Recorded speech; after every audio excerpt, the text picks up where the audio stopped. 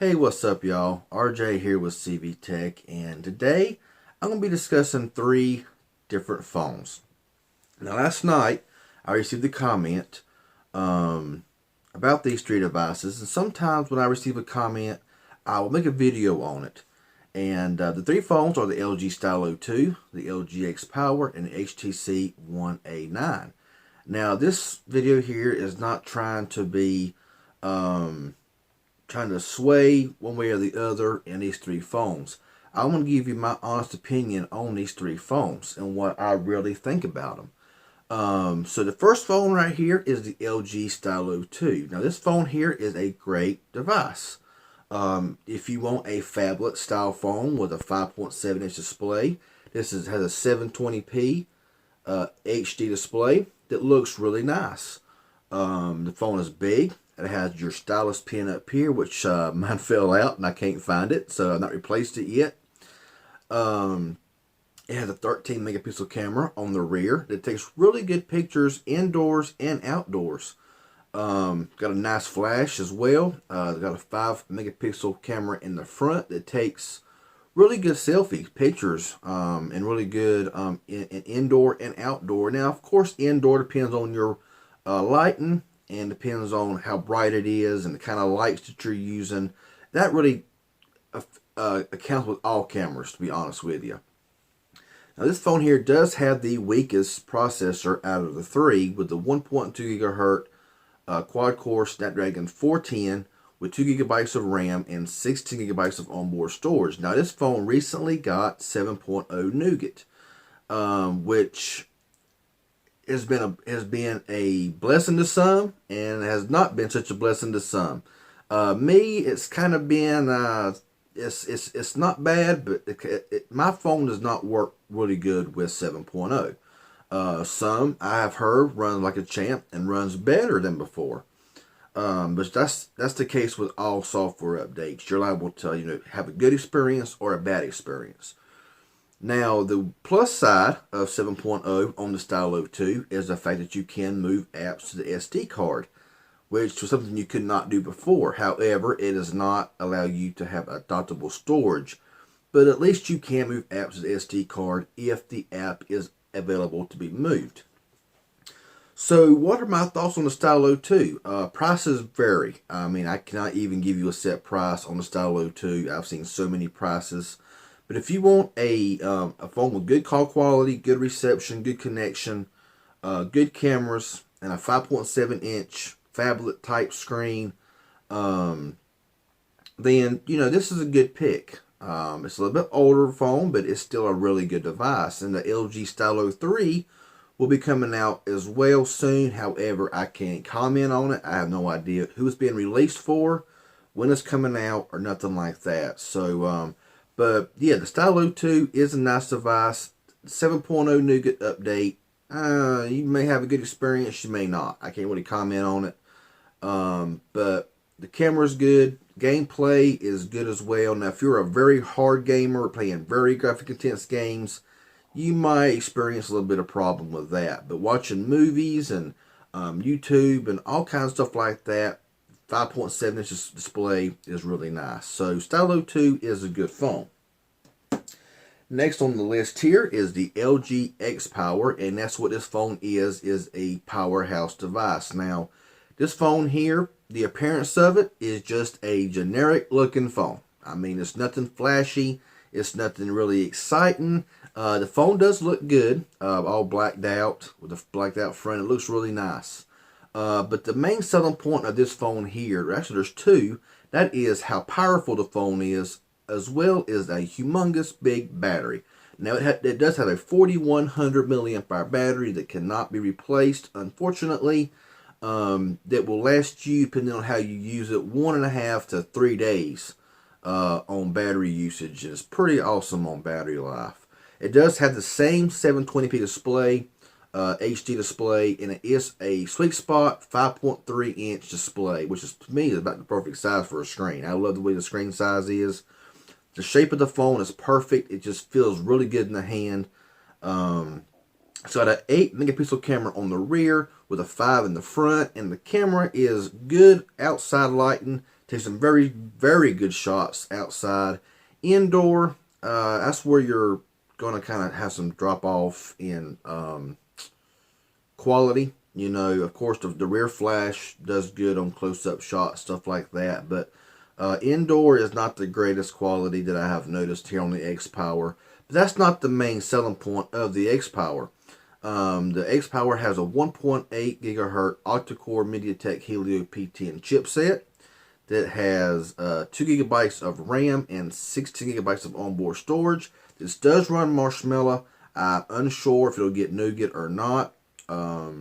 There's really no way to tell, but you can move apps to the SD card on this phone here. So the apps that can be moved on the LG X-Power.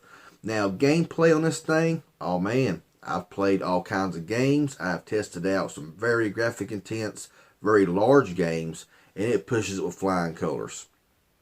No, I've had no issues with gameplay. I've had no issues with glitches, freezing, lagging. This phone is just being what it is a powerhouse.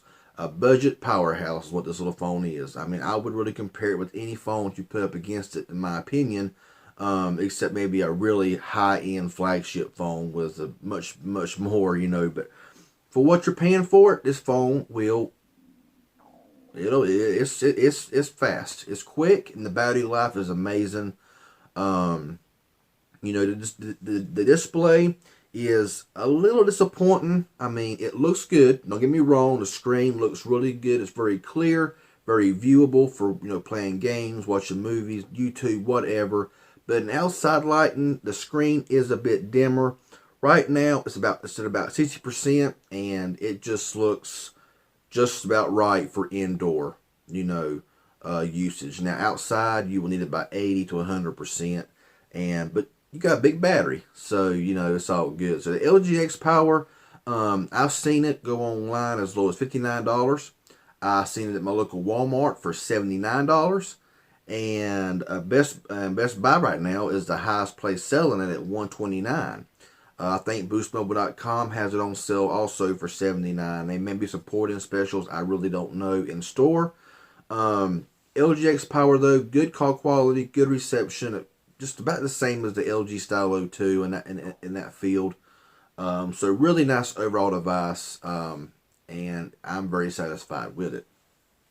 And last but not least here is the HTC One A9. Now, this one here is more, I would say, of a premium feeling device. This phone came out in late 2015. It does run Marshmallow. However, it is scheduled to get 7.0 Nougat. Just not really sure when yet. I've not seen a release date on it. Now, this one here is sort of in the middle of the road in performance. Well, I wouldn't say middle of the road, but I would say that well, anyway, I'll get to this here. It does run the 1.5 gigahertz octa-core Snapdragon. I think it's a 617. It may be 615, but anyway, it's in the 600 series, so I think it's 617. It does have 3 gigabytes of RAM and 32 gigabytes of onboard storage. Now, I'm unsure of adaptable storage. I've not tried that out yet on this device, but you can move apps to SD card, and SD card expansion is up to 2 terabytes. So if you have the money to buy a 2 terabyte card, then you will never have to worry about storage in a cell phone again. You have plenty. Now, it does have a full 1080p camcorder in the rear, 13 megapixel camera with optical image stabilization, a dual tone flash, with a 4 ultra pixel camera in the front. And I'm going to say, out of the 3 cameras, this one here takes the cake for camera quality. Indoor, outdoor. Camcorder quality is sort of dependent on your light. And I have seen a lot of noise, a lot of fuzz with lower light video recording. But pictures are great. Great camera, great camcorder in general. It's got a full HD 1080p display that is really nice to look at. The phone is buttery smooth. I've had no hiccups, no issues with lag, no problem. I've not really played any graphic, heavy, intense games with it yet, but the games I have played with it has been really solid and with no real issues. It's got a metal design. It feels very premium. It feels really nice. The battery cannot be replaced. and it does have a fingerprint reader down here at the bottom. So the phone is really nice. This phone you cannot buy directly from Boost Mobile. You can buy from places like eBay, Amazon, HSN, Shop Sale Deals, Fingerhut. That's about all I've really seen this phone at. But the price of the phone is only $150. So fantastic deal for this phone here. It's got a 5-inch display. The phone feels very good in the hand. Very good reception. Very good connectivity. Very good call quality. To me, one of the best call quality phones I've had in quite some time.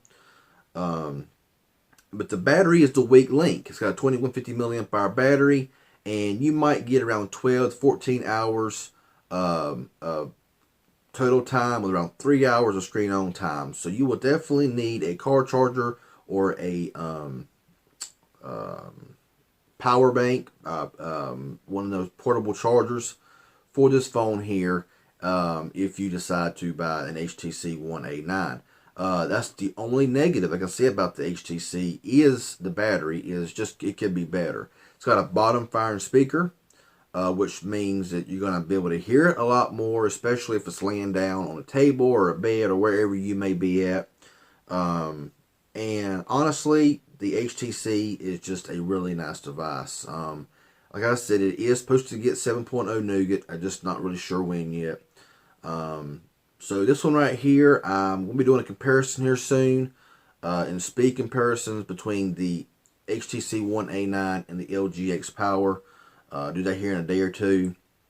So we'll see how that works out there. But out of the three devices that I just showed you, my personal favorite out of the three would probably be the HTC because of all the cool features and the amount of RAM it's got and the way it's got a full 1080p display that is AMOLED, so it's awesome as well. Looks really good, very vibrant, very bright. I would say second would be the LG X Power for me, in my opinion, because it is so powerful. It can play games, it can play anything with no lag, no hiccups whatsoever, and a huge battery that will last you, a good long while.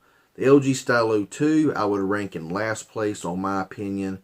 Not that it's a bad phone, because it's not a bad phone. It's a great phone. But I'm not really crazy about phablet type phones. So it's never really used as a daily driver anymore. But, that's just my personal opinion and my thoughts on the three phones. It's very close between the X Power and the One A9. But I picked the One A9 because of the features it packs and the way it just is in general. So I hope this helps you out a little bit. I did my best to try to be an encouragement on these three phones to try to help you pick out what's best for what you might like in a phone. So if you like this video, if it was helpful, hit that like button. I sure would appreciate it. Any comments or questions, leave it down in the comment section below, and I'll get back with you as soon as possible. If you ain't a subscriber yet, please do hit that subscribe button. I'd really appreciate it. Y'all have a good one, and we'll see y'all in the next video.